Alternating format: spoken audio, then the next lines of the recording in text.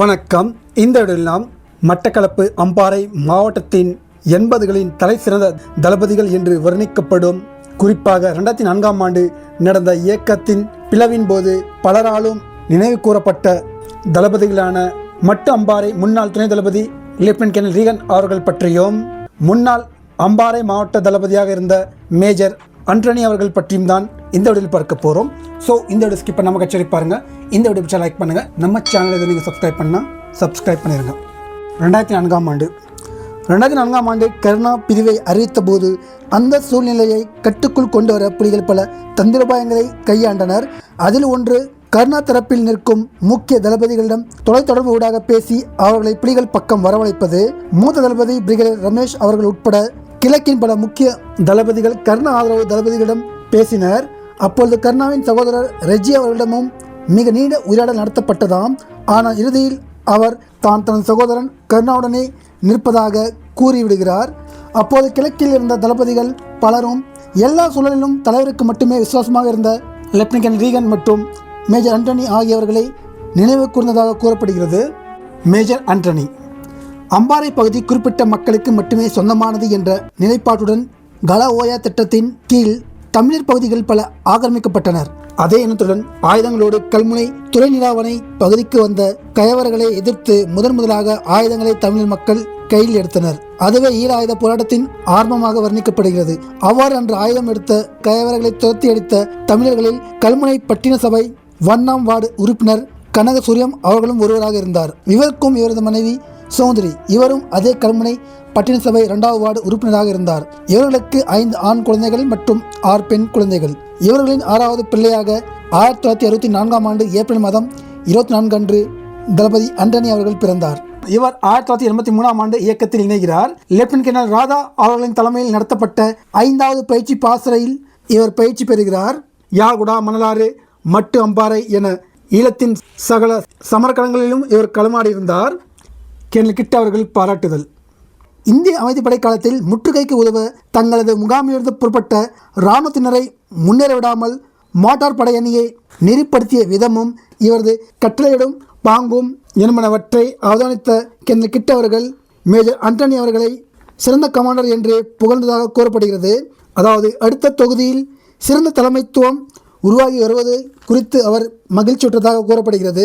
இதனை மேலும் உறுதிப்படுத்தும் விதமாக தலைவர் மேஜர் அன்டனி அவர்களுக்கு 203 ரக துப்பாக்கியை பரிசளித்திருந்தார்.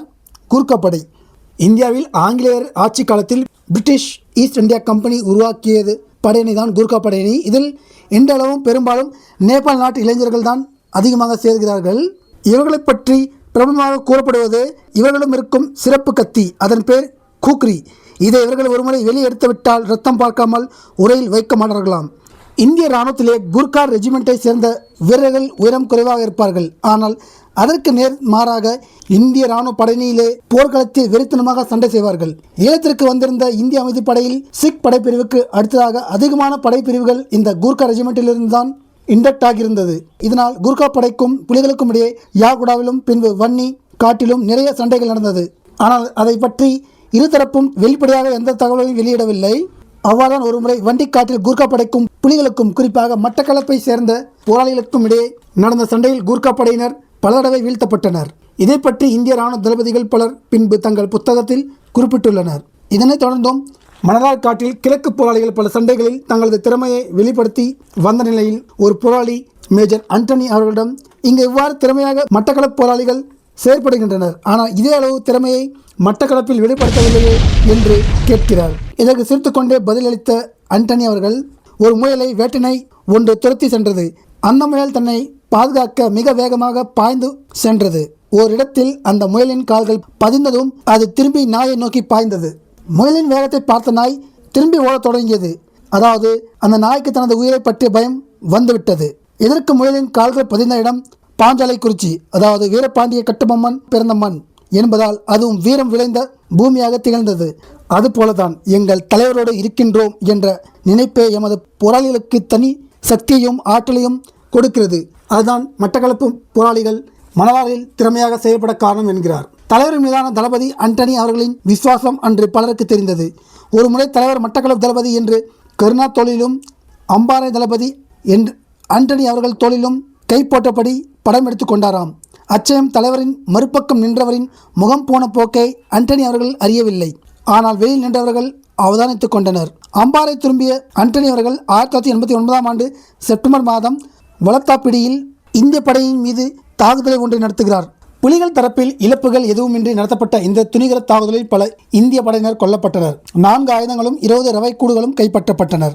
தமிழ் தேசிய இராணுவம் இந்திய படைகள் அம்பாறையிலிருந்து வெளியேறும் முன் அவர்களுடன் சேர்ந்து இயங்கிய EPLF, டேலோ, ENDLF ஆகிய குழுக்களுக்கு ஏராளமான ஆயுதங்களை வழங்கி தமிழ் தேசிய இராணுவம் என்ற ஆயுத குழுவை உருவாக்கியது இந்திய படை. இந்த ஆயுத குழுவை அழித்து ஈழத்தை மீண்டும் தங்களது கட்டுப்பாட்டிற்குள் கொண்டு வர திருக்கோவில் பகுதியில் நிலை கொண்டிருந்த அவர்களது முகாம் மீது ஆண்டனி அவர்கள் தலைமையிலான புலிகள் குழு தாக்குதல் நடத்தினார்கள். மிக முக்கியமான இந்த தாக்குதலில் சொந்த பலத்தில் நம்பிக்கை இல்லாத EPLF உறுப்பினர்கள் சீக்கிரமே தமது தோல்வியை உணர்ந்தனர். புலிகளால் ஆயுதங்கள் வாகனமாக கைப்பற்றப்பட்டனர். இதே சம நேரத்தில் மற்றொரு முகாமை தளபதி ரீகன் அவர்கள் தலைமையிலான போராளிகள் வீழ்த்தினர். அம்பாறையை புலிகள் கட்டுப்பாட்டிற்குள் கொண்டு வந்த பின் மட்டக்களப்பு நோக்கி தனது படையை நகர்த்துகிறார் ஆண்டனி அவர்கள். மட்டக்களப்பு அரசியல் பொறுப்பாளராக இருந்த பிரான்சிஸ் அவர்களது வித்துடல் விதைக்கப்பட்ட இடத்திற்கு அவரும் அவரது படையும் சென்று வீரவணக்கம் செலுத்தினார்கள். EPLF அமைப்புடன் சென்ற இந்திய படையினர் தான் அவரை வீழ்த்தினார்கள் என்று கூறப்படுகிறது. பிரான்சிஸ் அவர்களுடைய தந்தையுடன் உரையாடுகிறார் ஆண்டனி அவர்கள். அதன் பின் அவரது படை மட்டக்களப்பு கல்முனை பிரதான பாதை ஊடாகவே நகருகிறது. அப்பொழுது இராணுவத்துடன் யுத்த நிறுத்தம் அமலில் இருந்தது. களுவாஞ்சிக்குடி போலீஸ் நிலையம் இருந்த பகுதி ஊடாக அவர்கள் சென்றபோது இங்கேதான் லெப்டினன்ட் ராஜா அதாவது பரமதேவா அவர்கள் வீரச்சாவு அடைந்தார் எனவும் அந்த தாக்குதல் பற்றியும் அவர் போராளிகளுக்கு விளக்குகிறார். அதே நிலை மட்டக்களப்பில் மோதல் தொடர்ந்த வண்ணம் இருந்தது. ஆண்டனி அவர்கள் தனது படையுடன் மட்டக்களப்பு நோக்கி நகர்கிறார் என்ற செய்தி அறிந்ததும் மட்டக்களப்பில் இயங்கி வந்த துரோக குழுக்கள் நம்பிக்கை இழந்தனர். எனவே அவர்கள் ஓட்டம் பிடிக்க ஆரம்பித்தனர். இதனால் மட்டக்களப்பு புலிகள் கட்டுப்பாட்டிற்குள் வருகிறது. 2ஆம் கட்ட போர் 1990ஆம் ஆண்டு 2ஆம் கட்ட போர் ஆரம்பித்ததும் ஆண்டனி அவர்கள் யாழ்குடாவிற்கு அனுப்பப்படுகிறார். புலிகளின் யாழ்கோட்டை மீதான முற்றுகையின் போது ஆண்டனி அவர்களது பங்கு கணிசமானதாக இருந்தது. ஒரு கட்டத்தில் வசாவிலான் நோக்கி வந்த படையினர் தொடர்ந்து முன்னேற முயன்றனர். அங்கு வந்த ஆமி புன்னாலை கட்டுவனுக்கு வராமல் இருக்க வேண்டுமாயின் கடுமையாக போராட வேண்டும் என கூறிவிட்டு சென்றார் ஆண்டனி அவர்கள். அண்டைய சமரில் குறிப்பிட்ட பகுதியை நெருங்குவது கடுமையானதாக இருக்கிறது என இராணுவ தரப்பு தமது தலைமைக்கு விளக்கம் அளித்திருந்தது. இராணுவத்தில் இந்த உரையாடல் தலைவரின் கவனத்திற்கு கொண்டு செல்லப்பட்டது. அங்கு யார் இருக்கிறார் என அவர் விசாரித்தார். ஆண்டனி அவர்களது படையணி தான் அங்கு நிற்கிறது என்று தகவல் கிடைத்தது. அவருக்கு திருப்தியாக இருந்தது. ஆனால் பலாலி முன்னரங்கு பகுதியில் 1990ஆம் ஆண்டு அக்டோபர் மாதம் 19 அன்று நடந்த ஒரு சண்டையில் இவர் வீரச்சாவடைகிறார். தமது பகுதியில் வீரச்சாவடைந்த மேஜர் ஆண்டனி அவர்களுக்கு மரியாதை செலுத்தும் விதமாக புன்னாலை கட்டுவன் மக்கள் அங்கிருக்கும் ஹாஸ்பிட்டல் வீதிக்கு ஆண்டனி வீதி என்று பெயர் சூட்டியிருந்தனர். தளபதி ரீகன் அவர்கள் மட்டக்களப்பின் ஒரு முக்கிய தளபதி என்றாலும் அவரை பற்றிய தகவல்கள் இணையத்தில் மிகவும் குறைவாக தான் இருக்கிறது. இவர் 1990ஆம் ஆண்டு வீரச்சாவு அடைந்தாலும் புலிகள் இவரை பற்றி பெருமளவில் தகவல்களை வெளியிடவில்லை என்பது ஆச்சரியமாக இருக்கிறது. லெப்டினன்ட் ரீகன் அவர்கள் மட்ட அம்பாறை மாவட்டத்தின் துணை தளபதியாக இருந்து இராணுவத்துக்கு எதிராகவும் இந்திய படைகளுக்கு எதிராகவும் பல வெற்றி தாக்குதல்களை வழிநடத்தியிருந்தார்.